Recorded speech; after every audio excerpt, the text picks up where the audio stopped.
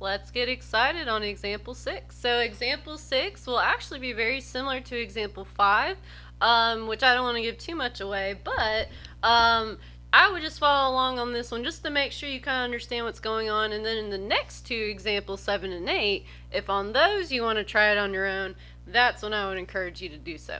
Alright, so example 6, again, the very first thing that I do before I start setting up the problem is to identify the different parts of the triangle that were given to me. So we're starting from the angle that is not the right angle, which is the 56 degrees. Okay, so the x, well, this is the side that's directly across from the 90-degree angle. So which side do you guys think is the x? The opposite, adjacent, or hypotenuse side of your right triangle? That would be the hypotenuse. Okay, and then the 10 is the side that's directly next to the 56 degrees, but it is not the hypotenuse. So this side would end up being the adjacent side. Okay, so which trig function has an adjacent side and a hypotenuse? Holy hot dog, that would be cosine. Cosine is the adjacent over the hypotenuse. Okay, so I know I'm going to be using cosine when I set up my problem. So it's going to be cosine of my angle, which is 56 degrees. Alright, and that will equal the adjacent side over the hypotenuse, which the adjacent side is going to be 10, and my hypotenuse is going to be x. Okay, and remember you guys, I'm going to make this side over 1. And how do we solve when we have a fraction equal to another fraction? You guessed it, it is to cross multiply. So we're going to be cross multiplying to solve for x.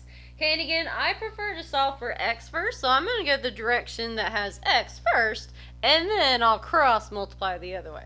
Okay, so we're going to do x times cosine of 56. Remember, we put the number in front of the trig function, so I'm going to put the x in front of the cosine of 56. So it'll be x, let's see here, x cosine of 56.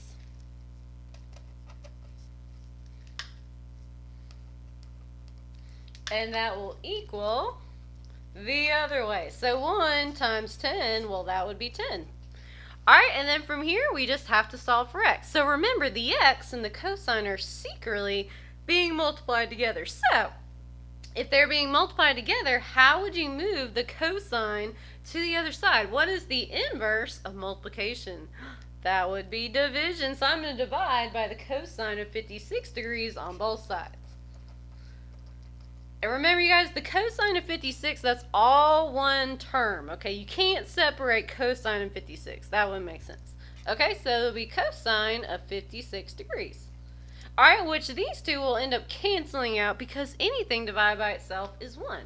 Okay, and remember, we're just going to round to the nearest tenth. So get out your nifty, handy-dandy graphing calculator, and we will figure out what our missing side length is. All right, so don't forget, if you're either haven't used your calculator in a while, or if you're using a different calculator, make sure that your mode is in degrees, which mine is. Yes.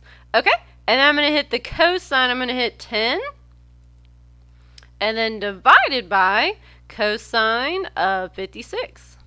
I'm going to close that parentheses, and that will equal 17 point. If I round to the nearest tenth, this 8 is going to bump up the 8 to a 9. So it'd be x equals 17.9 units.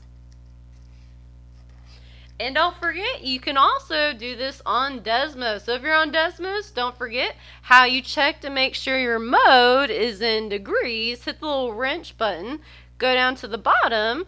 If you click on radians, obviously it'll be in radians. And if you click on degrees, it will be degrees. Okay, and I'm just going to simply type it in how it is. So I'm going to type 10 divided by, and if you see, it'll make it a fraction, and then cosine of 56 degrees. And look at that, it's 17.8. And don't forget, you can also get to cosine by hitting the keyboard, going to the function button, and clicking on cosine. Alright, so again, hopefully by now you guys are starting to decide, well, I would rather use Desmos to type this in or my calculator. So hopefully you're kind of figuring out which method you prefer to find the side length for the sides of the right triangle. Well, there you go, you guys. That's it for example 6. Example 7 and 8 on these two, if you'd like to try them on your own, I encourage you to do so, because probably by now you're kind of getting the hang of things. Well, way to go, you guys. Let's get going on 7 and then 8.